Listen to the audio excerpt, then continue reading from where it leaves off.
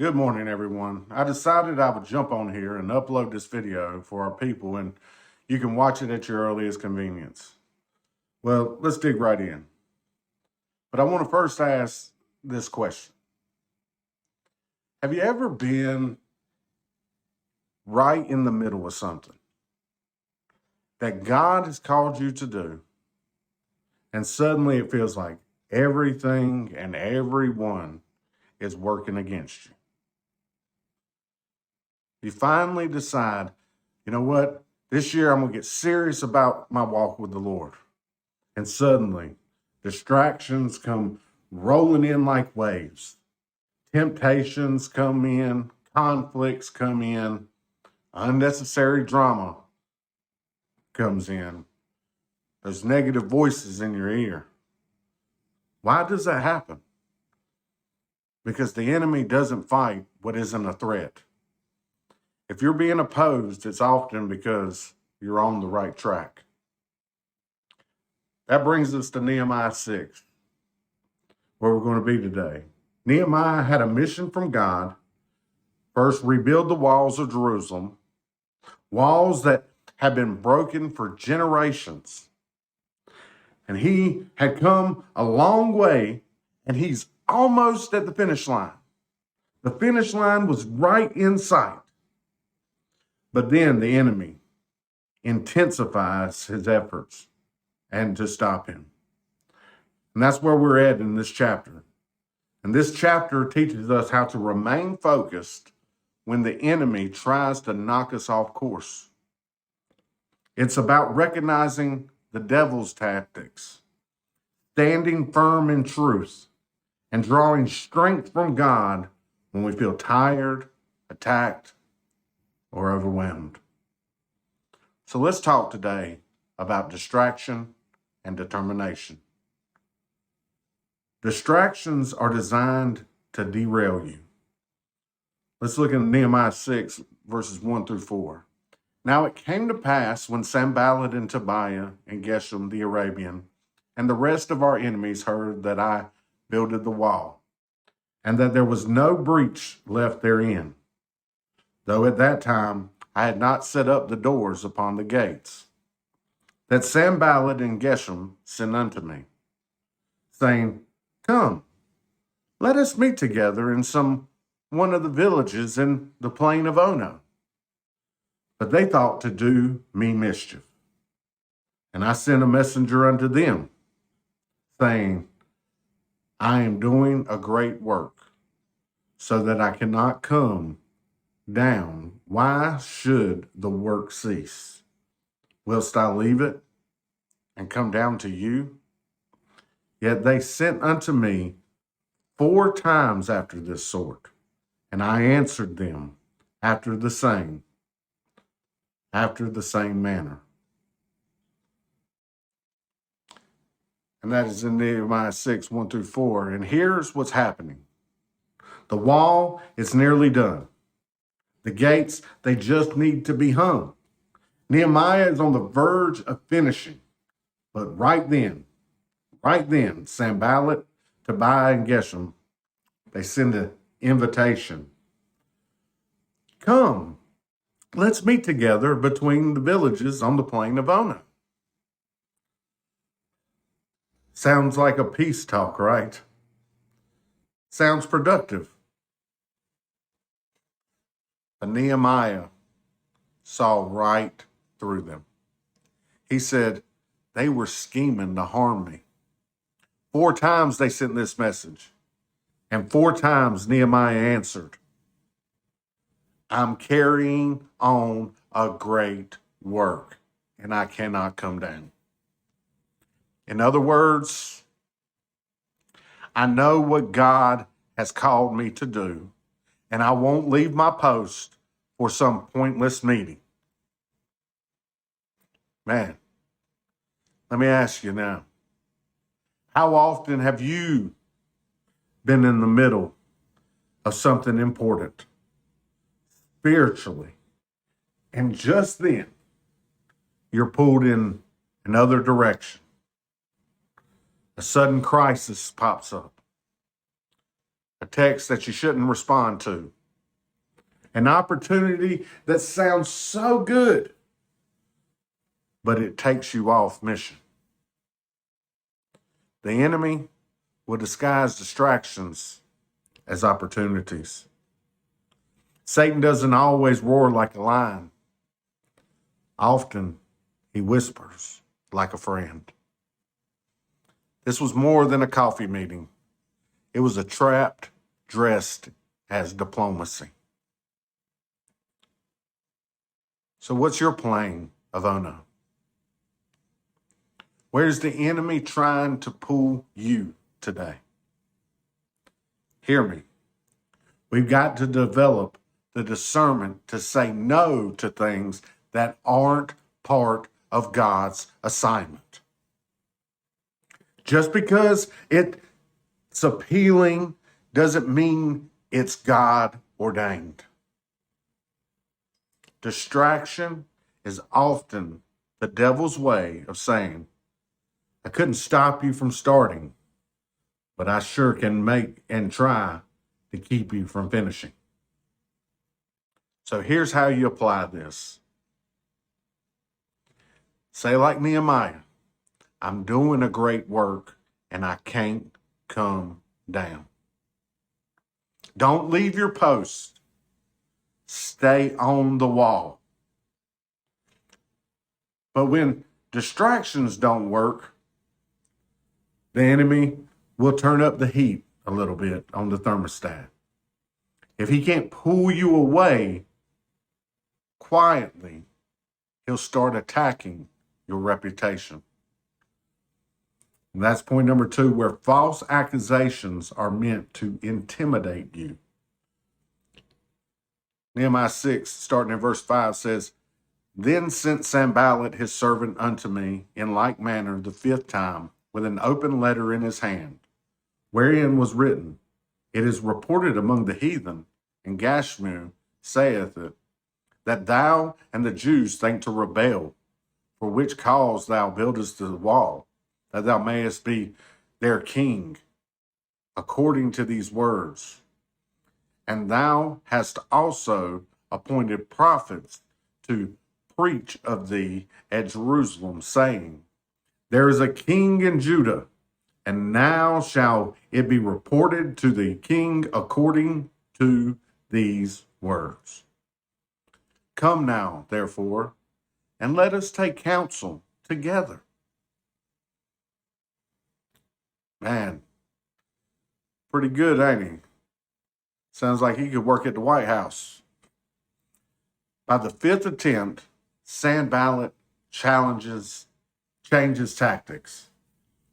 He sends an open letter, not sealed, but public, accusing Nehemiah of rebellion. He says, There's a rumor you're trying to make yourself king. People are talking, Nehemiah. This is classic character assassination. If we can't destroy him, we'll discredit him. Have you ever had someone twist your motives? Have you ever worked with integrity and then heard the whispers behind your back that you're prideful or manipulative or maybe even fake? See, the enemy doesn't just lie. He broadcasts the lie. And here's what makes it so dangerous. An open letter was designed to stir up fear among the people. If the king of Persia heard that Nehemiah was planning a revolt, it could bring a massive consequences. But catch what Nehemiah does. He doesn't panic.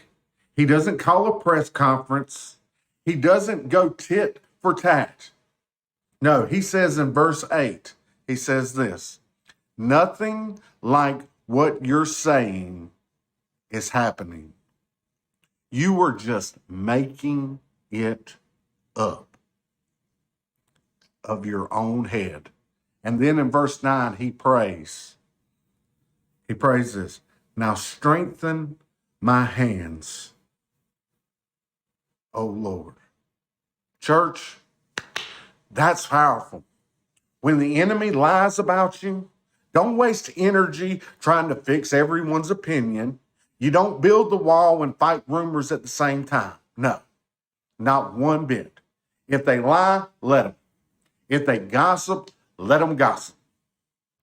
All right? Let them do what they're going to do.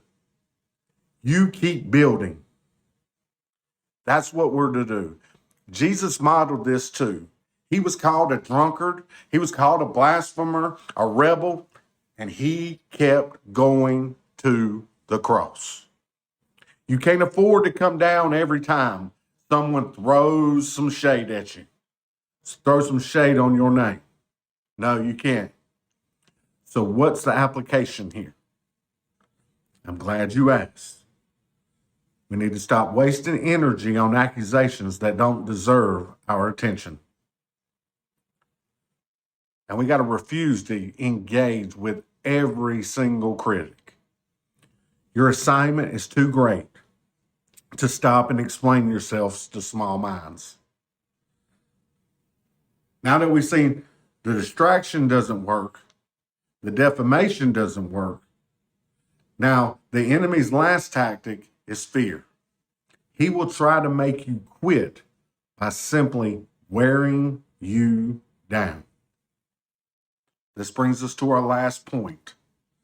Determination comes from the hand of God. Comes from the hand of God. Verse 9 says, "For they all made us afraid, saying, their hands shall be weakened from the work that it be not done. Now therefore, O God, strengthen my hands." Nehemiah 6:9. I love how another translation put it, and it put it this way. They were all trying to frighten us, thinking their hands will get too weak for the work, and it will not be completed. But I pray now, strengthen my hands. He called out to God. There it is. The enemy knew the power of fear.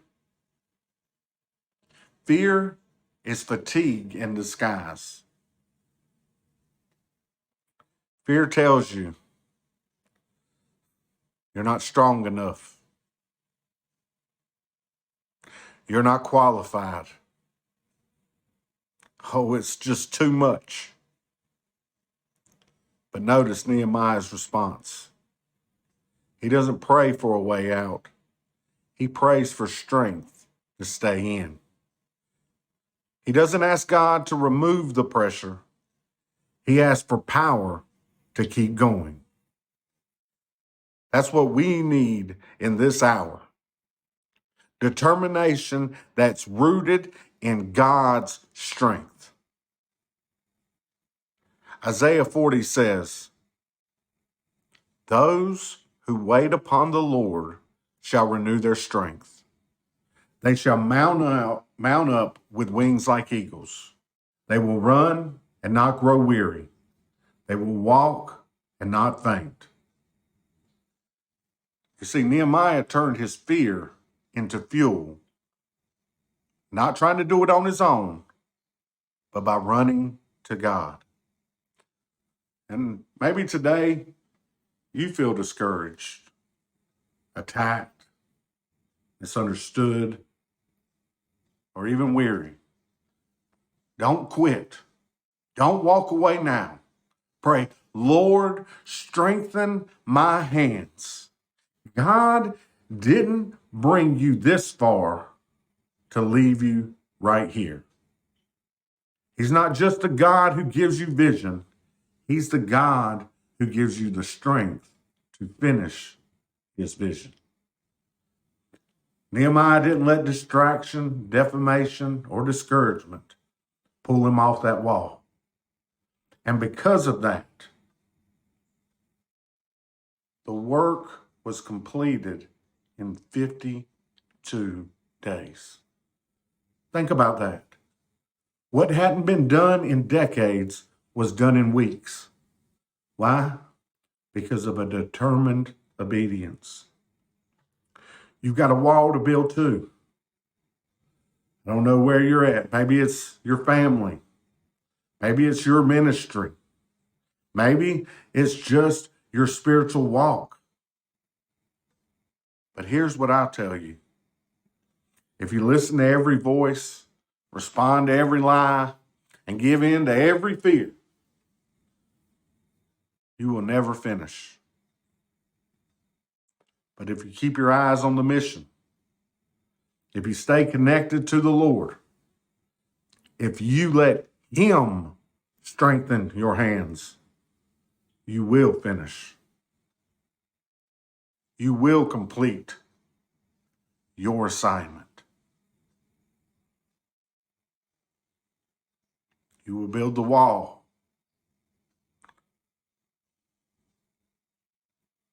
So here's my last question to you. Where are you today? Have distractions pulled you off the wall? Are you battling lies or discouragement?